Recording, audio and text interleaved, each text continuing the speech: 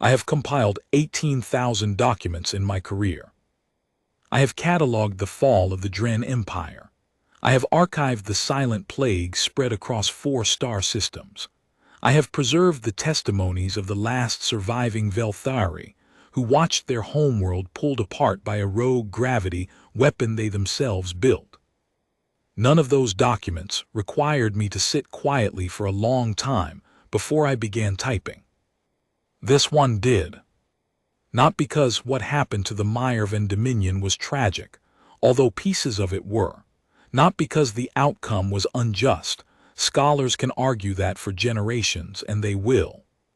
But because when I read through these testimonies, when I listened to the recordings, when I ran my third appendage across the handwritten notes of people who were there, I kept thinking one thing.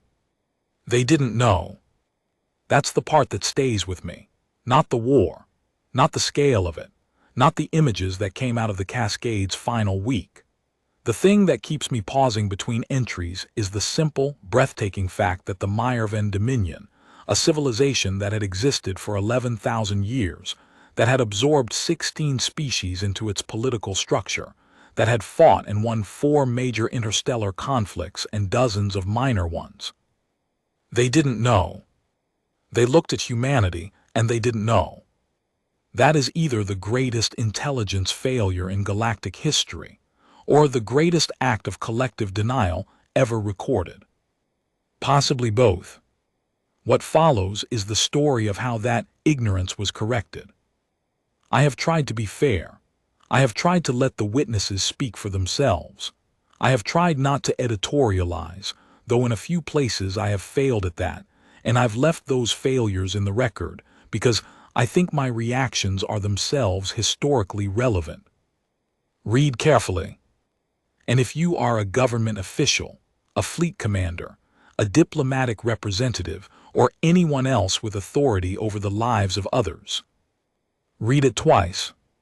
Chapter 1, The Morning Before Everything Changed. Testimony of Civilian Observer Myra Vasolenka, Galactic Trade Station Helix 7, Docking Ring 4. I was eating breakfast. That's what I remember first. I know that sounds strange, that the first thing I'd remember about the day the Myervan Dominion declared war on Earth is what I was having for breakfast, but that's how memory works sometimes. It anchors itself to small things because small things feel safe. They feel normal. I was eating a bowl of fermented grain paste, which the humans at the station called oatmeal, though theirs had fruit in it and mine was plain.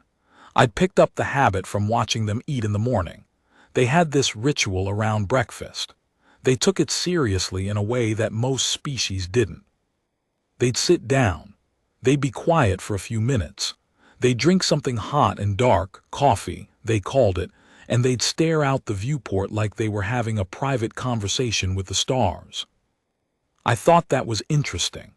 I'd spent 6 years on Helix 7 as a trade compliance auditor, and the humans were the only species I'd met who had a morning ritual that looked almost like prayer but wasn't quite. Anyway, I was eating breakfast. The morning was ordinary. The docking ring was noisy. 3 ore freighters had come in the night before and their crews were doing maintenance, which meant the clang of mag wrenches and the shout of loading supervisors echoing through the ring's outer hull. The station's central corridor smelled like hydraulic fluid, and something the humans were frying in the commissary. They were always frying something, those people, always trying to put heat into their food. Then dispatcher Orvek came running. Now Orvek was a Pelhari, stocky, 4-armed, with that particular gait they have where their lower 2 limbs move faster than the upper body, so they look like they're constantly falling forward. Orvek was not the running type. Orvek was the type of person who moved carefully through spaces, checked things twice, kept a stylus behind 2 of their 4 ears at all times just in case. So when I saw Orvek running, I put down my spoon. Vasolenka, Orvek said, slightly out of breath, and Pelhari almost never got out of breath. Their respiratory system was built different. The morning diplomatic feed just came through from the Myervan sector. And I said, Orvek looked at me. I'd known Orvek for 6 years. I had never seen them look like that. Not scared, not panicked, more like confused in a way that had turned physical, like their brain was trying to process something and their body was having a reaction that preceded understanding. "They've done it," Orvek said. "Done what?" "They've declared war," Orvek said, "on the humans on Earth, the entire Meyerven Dominion. They've sent the formal declaration, full military mobilization. The fleet assemblage has been ordered to staging positions near the outer reach." I sat there for a moment. Then I said, "No, they haven't." Orvek handed me the data pad. They had. I looked at the feed for a long time. I looked at the Meyerven seal, that distinctive 8-pointed geometric pattern they used for official state communications, the one they'd been using for 3,000 years. I looked at the Dominion's first minister's authentication mark. I looked at the fleet mobilization orders attached to the declaration, cross-referenced with the Alliance's open sensor arrays in the outer reach, which were already reporting anomalous mass signatures consistent with hundreds of Meyerven warships moving into pre-transit staging positions. Then I put the data pad down on the table. I looked out the viewport at the stars. And I said quietly, not dramatically, just genuinely, "Oh no." Because I had spent 6 years on Helix 7, 6 years watching the humans work and eat and laugh and argue and cry and pick themselves up after things went wrong. 6 years watching them negotiate trade disputes with a patience that looked almost infinite. 6 years watching them deal with station incidents, the pressure leak of year 3, the docking failure of year 4, the 3-week quarantine dispute of year 5, in ways that always surprised the other species watching. 6 years of breakfast rituals and coffee, and the particular way they went quiet before something difficult. And I knew, not as a military analyst, not as a political expert, not as anything other than a person who had paid attention. I knew something that the Meyerven Dominion, with all its 11,000 years of civilization and all its intelligence apparatus and all its fleet assessments, somehow didn't. I knew what they'd just started. And I sat there in the docking ring with my cold grain paste going stiff in the bowl, and I thought about the Meyerven Dominion, all those worlds, all those people, all those thousands of years of accumulated culture and art and children who hadn't done anything wrong. And I said, "Oh no." Chapter 2, What the Meyerven Dominion Thought They Knew.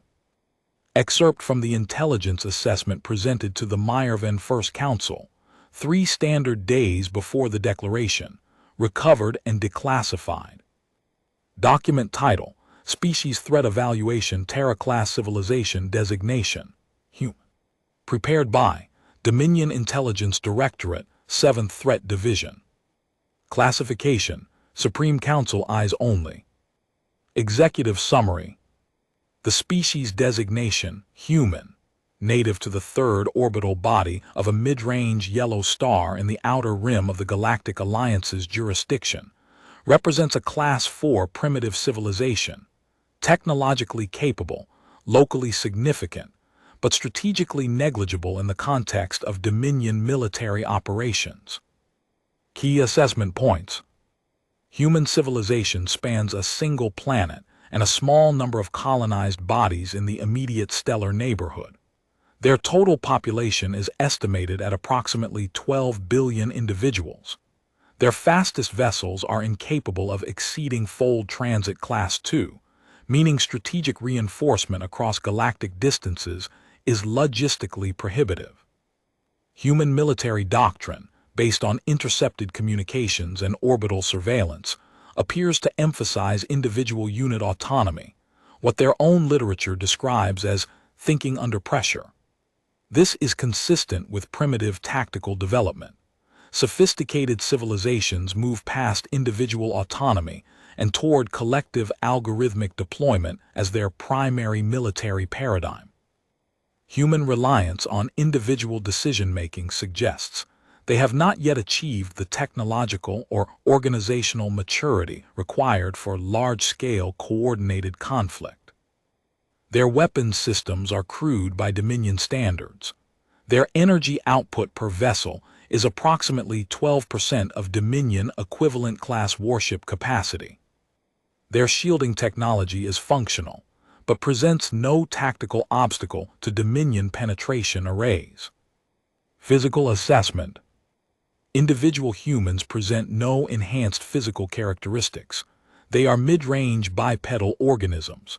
They have no natural armor, no toxin production, no enhanced sensory apparatus. They possess above-average pain tolerance for their size class, though this is considered a minor tactical irrelevancy. Psychological assessment. Humans are noted for elevated emotional processing compared to most galactic species. They appear to form strong social bonds and exhibit significant behavioral disruption when those bonds are severed. This is considered a tactical vulnerability.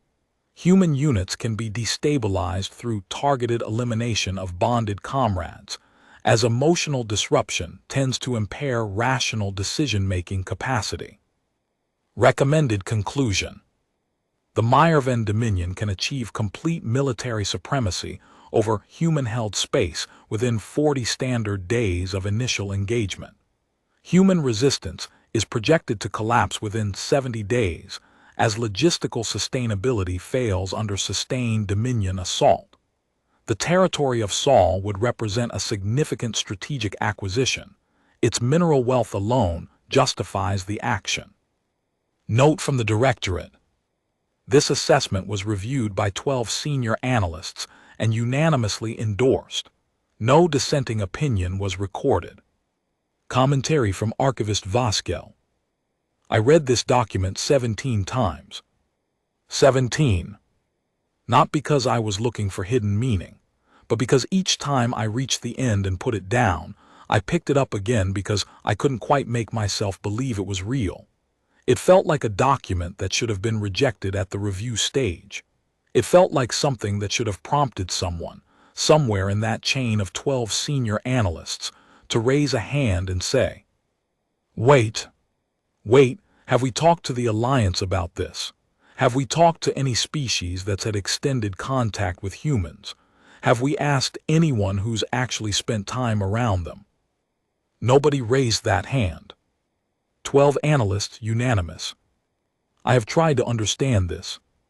I've spent months reading background documentation on the Meyerven Dominion's internal culture, their academic traditions, their intelligence community's history and methodology, and I think I've arrived at something like an explanation, though it's not a comforting one. The Meyerven Dominion had been dominant for so long that they had stopped learning how to be afraid. That's the real answer, I think. 11,000 years of dominance trains a certain kind of blindness into a civilization. You stop reading threat assessments with genuine skepticism because threat assessments haven't genuinely threatened you in so long. You stop asking, but what if we're wrong? Because the last time you were wrong was so far back in your own history that it reads as legend, not memory. They read humanity's metrics, single planet, small fleet, primitive fold transit, and they saw weakness. Because weakness was what those metrics had always indicated in every other species they'd evaluated.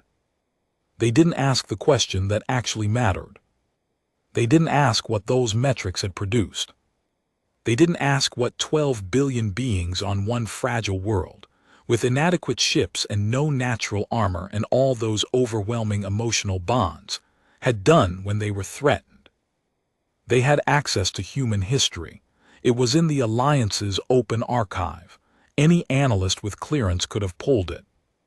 None of them did. Or if they did, they didn't understand what they were reading. I don't know which one is more terrifying. Chapter 3, The First 48 Hours. Testimony of Alliance Observer Thenkai, Diplomatic Station Ouroboros, Neutral Space. I was in the middle of a routine mediation when the alert came through. We were dealing with a trade dispute. One of the Pelhari merchant guilds was accusing a Sauron shipping collective of route tampering, and it was the kind of dispute that had about 12 layers of historical grudge underneath the surface complaint, the kind that takes weeks to properly untangle. I'd been at it for 2 days, and I was starting to see progress. Then my communication implant pulsed 3 times in rapid succession. 3 rapid pulses was the emergency alert pattern. I'd had the implant for 11 years, and I'd received that pattern exactly twice before, once during the Outer Reach collision incident, and once during a station-wide atmospheric system failure. I excused myself from the mediation room. I read the alert in the corridor. I stood there reading it for a while. Then I went back into the mediation room and I said very calmly, "I'm terribly sorry. We need to pause here. Something significant has come up." The Pelhari merchant and the Sauron representative both looked at me. "How significant?" the Pelhari asked. "Enough," I said, "that your route tampering dispute has become fairly unimportant in comparison." I spent the next 6 hours trying to reach the Meyerven diplomatic channels. This was its own kind of experience. The Meyerven Dominion had 3 official diplomatic communication pathways: the Standard Channel, the Prioritized Council Channel, and the Emergency Override Channel. Standard Channel response time was typically 2 to 4 days. Prioritized Council Channel was supposed to guarantee a response within 6 standard hours. I sent requests on both channels simultaneously within 20 minutes of reading the alert. I got nothing back on Standard Channel, which was expected. I got nothing back on Prioritized Council Channel. After 3 hours, I escalated to Emergency Override. Nothing. The Meyerven Dominion had issued a war declaration and then gone dark on all inbound diplomatic communication. This was unprecedented in the modern era. Even species that were actively fighting each other maintained certain diplomatic back channels, because those channels were how wars eventually stopped. The complete communication blackout told me something important about how the Meyerven First Council was thinking about this conflict. They weren't thinking about how it would stop. They had determined that it would be short enough that stopping mechanisms were unnecessary. I filed my observer report at the 6-hour mark. My section supervisor, a veteran Deloni named Kareth, responded within minutes, unusually fast for Kareth, who was meticulous rather than reactive. The message said, "Thenkai, Alliance High Command has been notified. We are reaching out to the Terran Embassy in parallel. Get to our Robero Station's secure communication suite. Priority channels only from this point." Then Kareth added a line that wasn't standard procedure, that wasn't in any communication protocol manual I'd ever read. "And Thenkai, pray for the Meyerven Dominion." I read that line twice. Kareth had been a diplomat for 47 years. Kareth had watched the silent plague spread from a front row seat. Kareth had been in the room during negotiations that had prevented 2 different interstellar conflicts from escalating to full war. Kareth did not say things like that. I closed the message and walked to the secure communication suite. And on the way there, I found myself thinking about everything I knew about human history. The things that were in the public record, in the Alliance's open archive, in the academic literature that you could access if you bothered to look. I thought about their history, the way you think about something you've studied academically, when suddenly it becomes real. And I understood what Kareth meant. Chapter 4, What Nobody Wanted to Say Out Loud. Personal Journal of Commodore Ashanarine, Terran Defense Fleet, Station Vega Prime, Day 1 of the Declaration. I'm going to write this down because I need to see it in text. I need to see it outside my own head. The Meyerven Dominion has declared war on Earth. Okay, there it is. I've spent the last 4 hours in the command center with Admiral Harrow and the Joint Chiefs and a rotating cast of fleet intelligence people. And in 4 hours of analysis and debate, and 3 different threat assessment models run simultaneously, nobody has actually said what everyone is thinking. I'm going to say it here, in my personal journal, because journals don't have to be diplomatic. They have no idea what they just did. I've read the Meyerven intelligence assessment. We intercepted it through a source I'm not going to identify here, and it's been verified as authentic. And I sat there reading it in the briefing room at 300 this morning with Harrow standing beside me, and we were both quiet for a long time, and then Harrow said, in that very even voice she uses when she's deeply concerned, "They've never read our history." That's it, that's the thing. They ran the metrics. They counted the ships. They measured the energy outputs. They noted the pain tolerance data and filed it under minor tactical irrelevancy. I keep coming back to that phrase, minor tactical irrelevancy. And then they looked at what they had and they saw a primitive outer rim species with 12 billion warm bodies and a small fleet, and they decided they were looking at a 40-day problem. They didn't read the history. Because if they'd read the history, the actual history, not just the technological development index, they would have found something that is difficult to explain to a species that hasn't experienced it. Something that doesn't translate cleanly into a threat metric. They would have found out what humans do when they're cornered. I don't mean that in a bravado way. I don't mean it as a boast.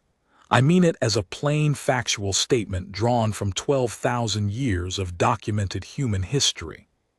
Humans are not the fastest species. We are not the strongest. We don't have natural armor or toxin glands or enhanced sensory capability. Our ships are, by current galactic standards, mid-range at best. Our population, 12 billion strong though it is not exceptional on a galactic scale. What is exceptional? What has always been exceptional? What the species that have studied us academically keep circling back to in their own academic literature, is what we do when someone tries to make us stop. We don't stop. That's not a complete description, but it's the beginning of one. We don't stop. And the longer you try to make us stop, the more creative we get about continuing.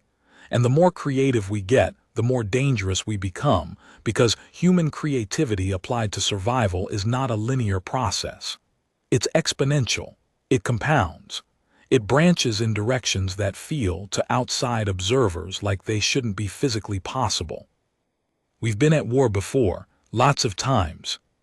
The interstellar phase of our history is the shortest, most peaceful era we've ever lived through, and even that has had its moments.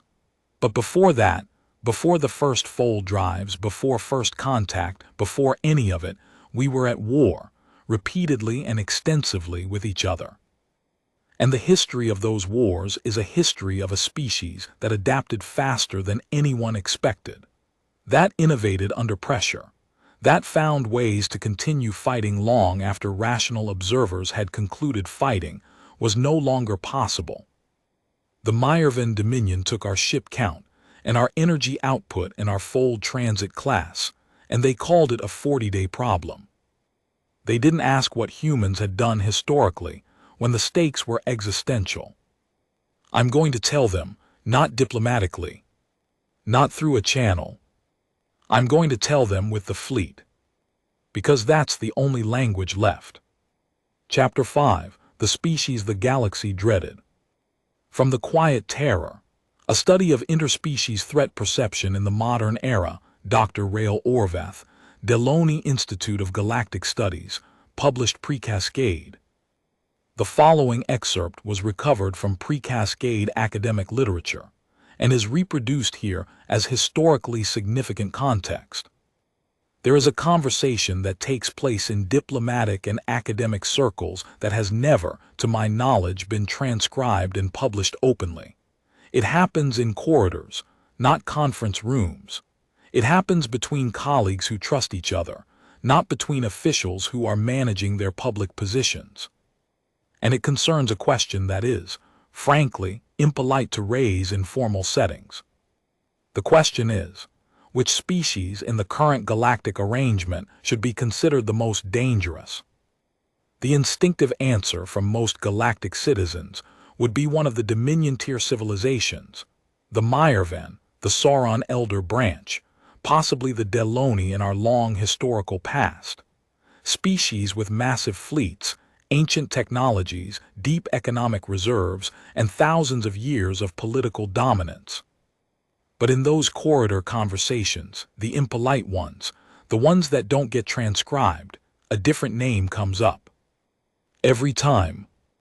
I first heard it from a senior Pelhari military historian at a symposium on species threat assessment.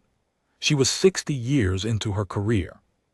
She had written 11 standard texts on interstellar military doctrine, and she was not given to dramatic statements. She told me over a glass of something warm after the formal session had ended, "Rail, every species threat model I have ever built, when run to completion with all variables active, produces the same result. The same species at the apex of the threat matrix, every time, without exception." I asked which species. She looked at me in a way that suggested she was deciding whether to have this conversation. Then she said, "The humans." I was skeptical. I said so. The humans were a mid-tier civilization by conventional metrics, outer rim, single planet, small colonial extension, fold transit class 2. She said, "I know what their metrics are, Rail. I've read their metrics. Everyone's read their metrics. The metrics are not the point." Then what is the point? She picked up her drink. She looked at it. She said, and this is as close to a word-for-word quotation as I can manage, because I wrote it down that evening and I've never forgotten it, she said. When a conventional threat matrix analysis is performed on a species, you measure their current capabilities, current fleet, current weapons, current energy output, current population. You run those metrics against your own and you get a ratio. That ratio tells you how dangerous they are right now. She paused. The human ratio right now is middle range, unremarkable. If you were going to make a list of species to be cautious of, they wouldn't make the top 10 by any current capability metric. Another pause. But there's a second kind of analysis, she said. Harder to run, more subjective. The metrics community doesn't like it because you can't easily quantify it. It's called capacity trajectory analysis. Instead of asking how dangerous are they now, it asks how dangerous do they become when circumstances change. She looked at me. Run capacity trajectory analysis on the humans, she said, and model a scenario where their existence is genuinely threatened, where they believe with cause that their species faces elimination, and the output is not middle range. She put her glass down. The output is a number the model doesn't have a category for. That conversation happened 8 years ago. I think about it often. What my colleague was describing, and what I have since verified through my own research, is something that the academic literature has been quietly grappling with for decades. The humans, as a species, present a paradox that doesn't resolve cleanly in conventional threat frameworks. Under normal conditions, they are what their metrics suggest, a capable but unremarkable mid-tier civilization. They trade, they negotiate, they manage their colonial interests, they participate in alliance structures with a consistency that other species find reliable and occasionally even admirable. But normal conditions are not the interesting variable. The interesting variable is stress. Human civilization has been stress-tested, repeatedly and brutally, throughout its per-contact history. The historical record is exceptionally complete. Humans are obsessive documenters, which is itself a culturally distinctive trait, and what that record shows is a species that responds to existential stress in ways that consistently exceed what should be physically and organizationally possible. I'll give 3 examples. First, technological acceleration. The average rate of significant technological advancement for a species under stable conditions is well documented. Humans, under stable conditions, advance at roughly the galactic average.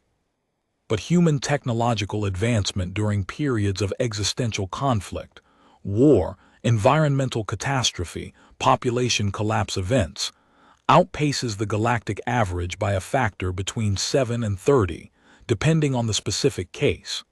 This is not a rounding error. It is a systematic, repeatable, historically consistent pattern. Second, organizational coherence. Under existential threat, most species fragment. Factions compete. Resources are fought over.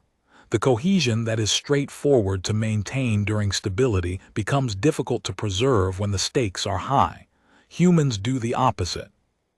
Or rather, and this is the nuance that matters, they fragment chaotically at first, expending significant energy on internal conflict, and then, past some threshold that seems to be related to how serious the threat is perceived to be, they achieve a degree of collective coherence that should not be possible given their social architecture. They are not a hive species. They are not biologically collective. They are intensely individualistic in their neural architecture. And yet, under sufficient pressure, they function as something that looks from the outside uncomfortably like a single organism. Third, innovation under pressure. This is the variable I find most significant and most difficult to communicate to readers who haven't spent time around humans. Human problem-solving under pressure has a quality that I have not found a better word for than unreasonable. They generate solutions to problems that shouldn't have solutions. They approach constraints, physical constraints, material constraints, logistical constraints, not as fixed limits, but as parameters to be broken. The history of human conflict is full of moments where a human commander looked at a problem that the mathematics said was insoluble and said, essentially, I don't accept that conclusion, and then proceeded to generate a solution that the mathematics had declared impossible. Other species do this occasionally. Humans do it regularly. Under pressure, it becomes the dominant mode. I do not know how to explain why. I have my theories. Other researchers have theirs. But the documentation is extensive and consistent, and I think it deserves more direct acknowledgement in mainstream galactic discourse than it currently receives. The humans are not the most dangerous species in the galaxy if dangerous means most capable right now. They are the most dangerous species in the galaxy if dangerous means most likely to do something we cannot predict or prepare for in response to being threatened. Those are very different definitions. And the entities most likely to confuse them are the ones who have been dominant so long that they've stopped believing the second definition matters. Chapter 6, Day 7. Testimony of Fleet Intelligence Analyst Sora Von Kell, Alliance Observation Post Delta 9, Outer Reach. The first thing that surprised us was the speed. I want to be precise about this, because I've heard accounts from people who weren't there that smooth out what actually happened into a simple narrative. Humans mobilized fast. Meyervan was surprised. And that's accurate, but it's missing the texture. The texture is what mattered.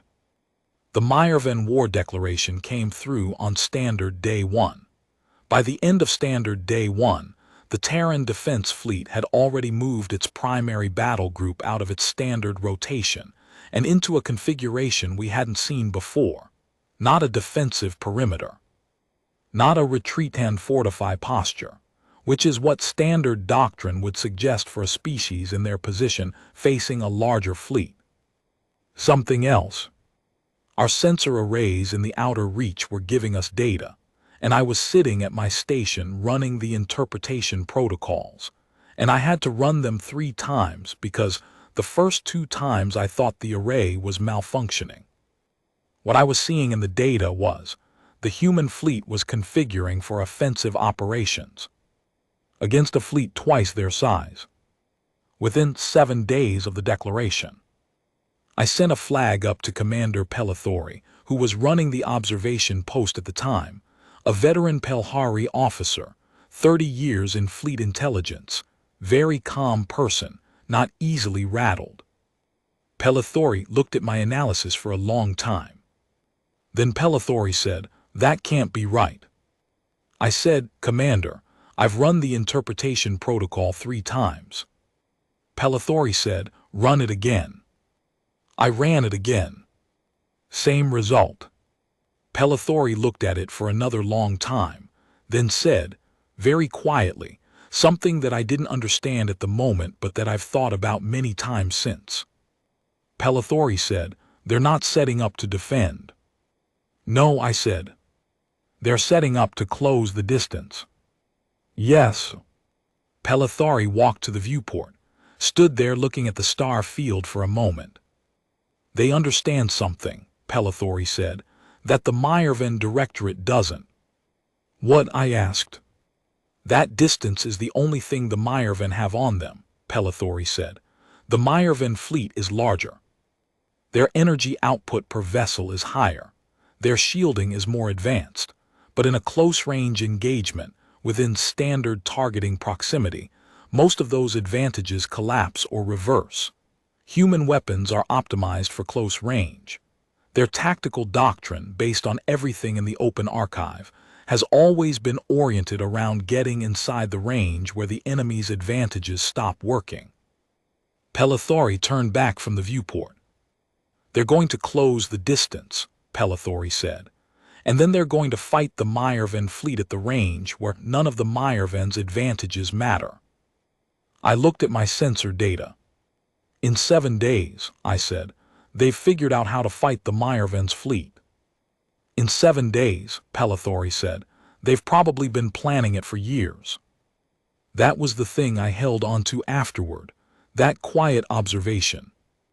The humans hadn't mobilized from nothing in 7 days. The speed wasn't improvisation. What I was watching, what the sensor arrays were showing me, was a contingency plan being executed. Something that had been built and refined and held in readiness. Because humans, apparently, were the kind of species that built contingency plans for being declared war on by entities they'd never fought, and then kept those plans updated and ready. That said something. I wasn't completely sure what it said yet. I was going to find out.